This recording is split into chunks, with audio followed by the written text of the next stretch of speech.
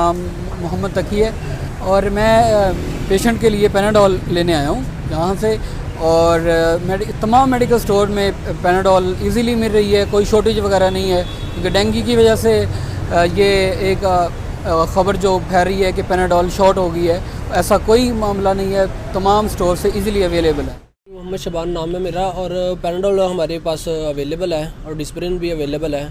बस लोगों ने एक इशू बनाया हुआ है कि पैनाडोल शॉर्ट चल रही है, तो मीडिया वाले भी फिर रहे हैं, तो हमने जितने भी हैं उनको सबको दिखाया कि हमारे पास पैनाडोल का स्टॉक पड़ा हुआ है।